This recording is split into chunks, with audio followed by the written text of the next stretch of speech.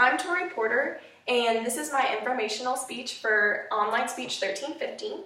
And here's my audience. I have one in person, and I have two via FaceTime. So here's one, and two.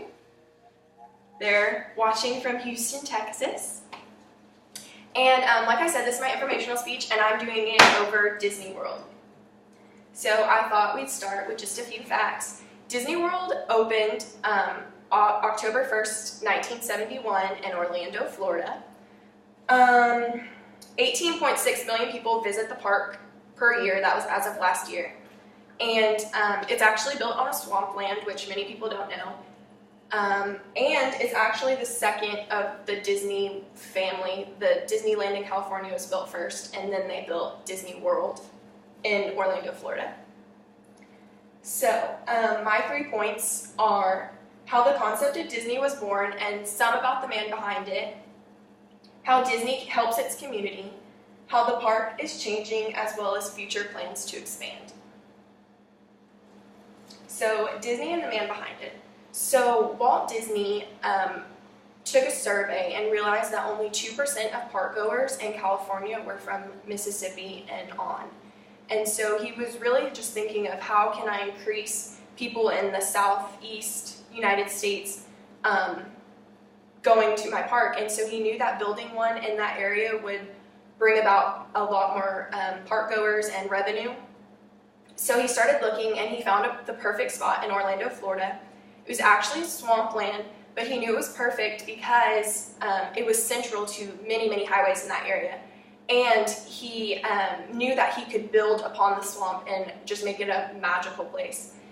So he actually bought the land under another name because he was an extremely smart businessman, and he knew if he bought it under his name that the prices would skyrocket and that he wouldn't get a fair price for the land.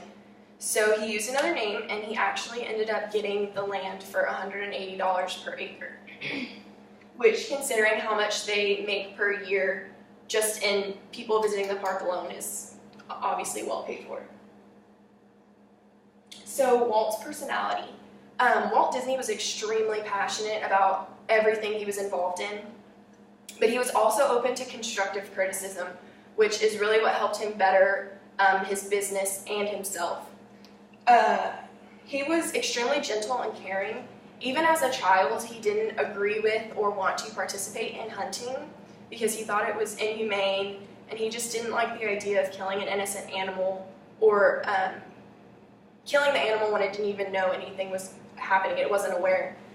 And he was grounded, and that's what helped drive him into just this enormous business that he built by himself, basically. So how Disney World works with its community. In 2012, cast members donated 315,000 hours to better its community. And then apart from that, they have a whole nother program called Volunteers, EARS, like Disney Ears. And they themselves donated 216,000 hours to doing various things like building playgrounds for children. They made 13,000 backpacks for children in need. And yes, they do help children, but they also help veterans. They have a Heroes Work Here initiative, which they have a job fair, and then they help the veterans who have returned home find jobs, or just help them on their job search, whatever they need, help with their resume, interview tips, whatever they need. So my Disney experience. I grew up going to Disney, and it really gave me an awesome outlook on life. I mean, just going to the parks as a kid and seeing all the magic and all the characters and how nice and friendly the cast members were really opened my eyes.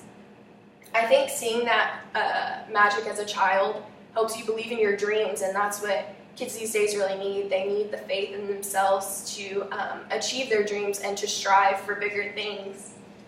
And it just helped me realize that, basically anything is possible if you believe in yourself and if you want it bad enough. So, Disney is on Disney's expansion. Disney is currently expanding.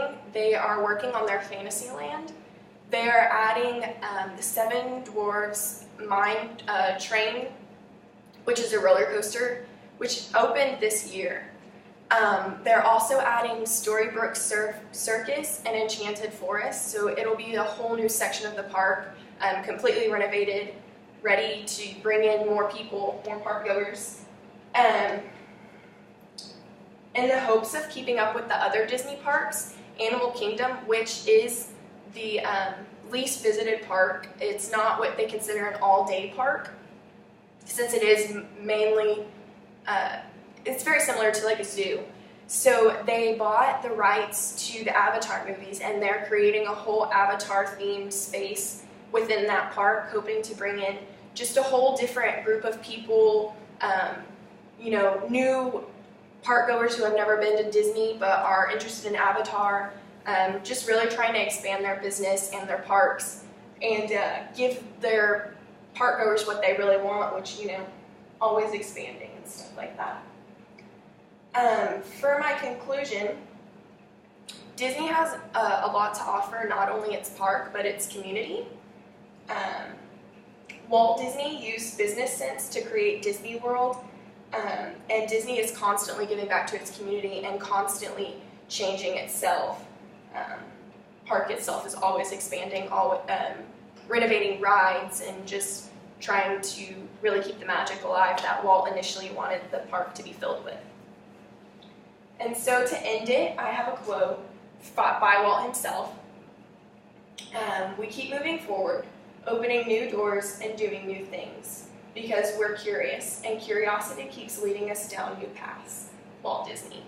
And so that was my informational speech about Disney World, and like I said, I just touched on the park's expansion, how it helps its community, and a little bit about the man himself and just like the history behind Disney World. So thank you.